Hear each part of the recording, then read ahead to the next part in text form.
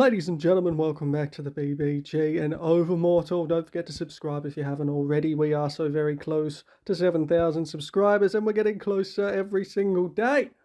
But anyway, when you first reach Nascent Soul 8, you're going to have unlocked Companion. Now, to actually get a Companion, you're going to need to have added someone and got the intimacy to 1,000, and that'll let you become a companion with them. There's a few ways to increase intimacy. You can farm in the same realm as them, message them once a day, and send them gifts through their friend interface. That's all the basics of it. Ideally, you want to do that as fast as possible, just to have it done by the time you hit Nascent Lake, because it can take a while to generate the 1,000. But the point of companions is that you can both benefit each other, and I'm going to explain why that's important in a minute. But first, even if you don't get a companion, you will still have Lady Anne. This goes throughout the game. Basically, you can still level her, and it's independent of your level with the companion, but it also counts. When you give gifts to your companion, it's also technically giving gifts to Lady Anne, so you still can get all these rewards that are available. Although, it's a bit of a journey to get to like level 100. But that's all relatively straightforward. The shop itself is all temporary stuff. I don't get anything from here because I just simply don't care about it, but it's a bunch of cosmetics. And it might be worth getting, considering global servers are going to be massively active, so these are a bit of individuality once you get your companion going and you're actually earning the points from it. But let's get to the actual important part here, sync. Now, myself and my companion have completely, I suppose, thrown sync off. But if you've just started, this is definitely important. The way it works is that you have to combine your curios. So one person has to have one curio, you have the other, and then you combine them. And as you see here, if I have these two here under the invincible, I put the legendary in, my companion puts the epic in, and we both get 300 reveal stones as a reward. That goes for literally all of these rewards that you see here. You could technically do these syncs 7 times a week, since it gives you a chance for it daily and stores up to 5 daily. So if you've just got a companion 100%, you should be getting these because it's good rewards. Realistically, me and my companion should still be doing this, but we're just online at different times at this point. It's been ages, so we just don't do it anymore. But it is still important when you first start, so definitely work towards getting these bonds done. Now, the other important part of actually getting a companion going and leveling them up is that you get privileges, and it reduces the time it takes. If you fail a breakthrough, it reduces that time. So by, I think it's level 20, by level 22, primordial souls recovery time negative 20%. That's huge. If you fail a breakthrough at this stage, that's like literally hours and hours and hours less time you have to wait. But you're still not going to see any sort of primordial soul recovery time till it's level 17. That is a long way away. It does take a long time to level this if you're not actively trying to level it, because you can only gift 10 things a day, but realistically you only get maybe 1 of those gifts a day if you're free to play anyway, and you can give up to 10 a day. So the most reliable way of leveling it is just completing the trials for it. This gives you probably easily the most. I mean, that's 180, but that's still weekly. So we absolutely get this done weekly, but it still takes ages to level. That's just the way it goes, because neither of us pay to win. But now the absolute most important thing of companions, and I think this is overlooked like quite a lot, at least by people who aren't in the know, shall we say. In the ads for this game, or at least the ads for the global version of the game, there's this thing, dual cultivate together, and it's not really like that in the sense, it's kind of more you share techniques, right?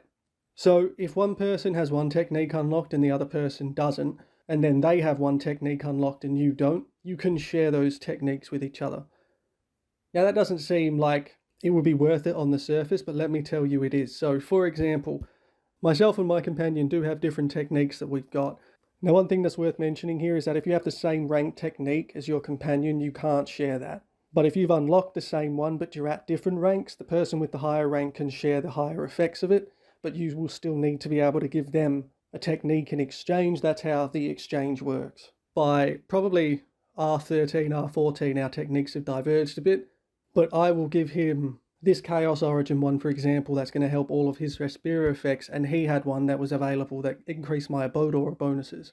So then my cultivation speeds up, and his ability to do Respira increases the amount of cultivation base he gets from it. The only downside is that when you do this, there is a 7-day period where you can't impart another technique, and everyone you have imparted has literally a month cooldown, which I think is too long, personally, considering the effect only lasts for 2 days, but it is a huge difference. And I strongly recommend that you try and partner with somebody that has similar but different techniques unlocked as you, because as a whale, and I'm just saying this from the point of view, but if you're a whale and you partner with a whale, neither of you are going to be able to impart anything on each other, because chances are you'll both have every single technique anyway. So this is honestly less useful for whales than it is for free to play who are banding together, I suppose you could say. But it does end up making quite a big difference. I would prefer if they reduce that cooldown time to like 2 weeks, considering it only lasts for 2 days, but it is still substantial and you absolutely should do it. Try to partner with somebody active. That should be relatively easy at this point in time. The worst case scenario, if your partner quits, you can just immediately find someone else, which sounds dark, but you know what I mean. But that is essentially Companions in a nutshell. Useful to do, good to keep in mind. Start deciding who your companion's going to be real quick. Please give me a legendary. Nice. Let's go. Each tier field soul grants. Oh, come on, man. I'm never going to get above level 1 tier soul. That's the saddest part of me pulling this legendary. Sad. But fine. I'll still level it up a little bit. Might as well. It's a bit of extra health. I'll take it. And I need to combine the Yin Yang Mirror Shard. That's for reincarnation. I'll definitely still take that. I could use Epic Star Marks. Max Curio figures it's a passive. Fair enough. Fair enough. 160.18 billion. That'll do. Now, what we are going to do is we're going to watch a few epic fights. That's what we're going to do, because we had Sect Duel on and there is some very strong people doing fights and I absolutely want to watch them. So we're going to have fun doing that. Okay, DOS versus Romeo. Let's watch that. I'm keen for this. Please don't play at 1 times speed. Look at these. Absolutely monstrous. Holy crap. The elephant. That surprises me. Wow. It's not even a fight. It's not even a fight. That's wild.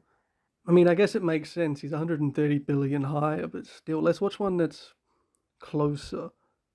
485 billion versus 450 billion. It's Dao.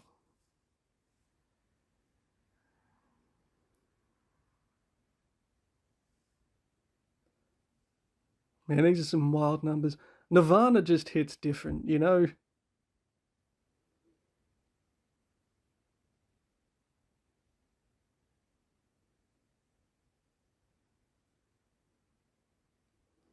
Ooh, but at least this was a slightly closer battle.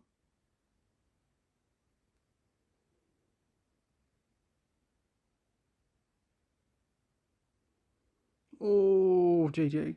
GG. No, 465 billion versus 436 billion. This should be a closer battle, I think, rather than just an overwhelming stomp.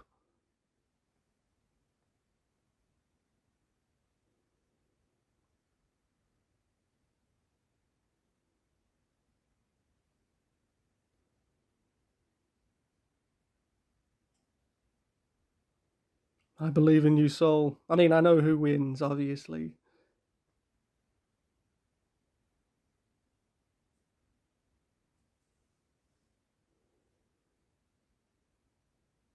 Oh crap, wow. That burst damage, man. Absolutely crazy. Right, now let's watch my loss. This was a defensive battle, so they attacked me, okay.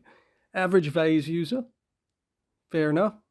That is a lot of legendary active curios, fuck. Alright then.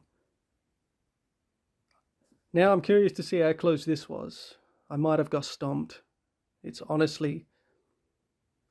I love how it's from the perspective of her attacking me. Go on me. Don't die without a fight, I swear. Do some damage, please.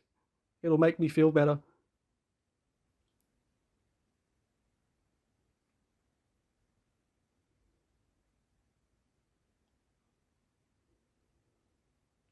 Okay, it's already...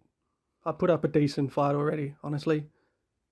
I'm happy with this. Even if I get killed, right now instantly, I'm happy with this. Oh, okay, ow. Come on, come on, one last Hail Mary. Come on, a little bit more. Come on.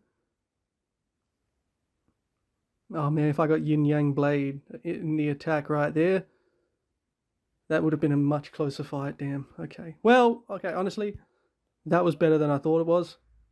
I'm going to take that as an absolute win. But yes, anyway, didn't want to make this too long. Realistically, it's just about the companions and their importance. You should absolutely get onto that as soon as you can, because I know a lot of global players are hitting nascent late, moving into Incarnation, and maybe companions are being overlooked at this point. But next episode is going to be me doing the spatial barriers exclusively. So I shall leave this one here. Don't forget to join the Discord, link is in the description. Plenty of powerful players there with lots of advice, including myself, of course. And I mean the advice part, not the powerful part. That's an important distinction. But don't forget to subscribe if you haven't already. And as always, have a great day.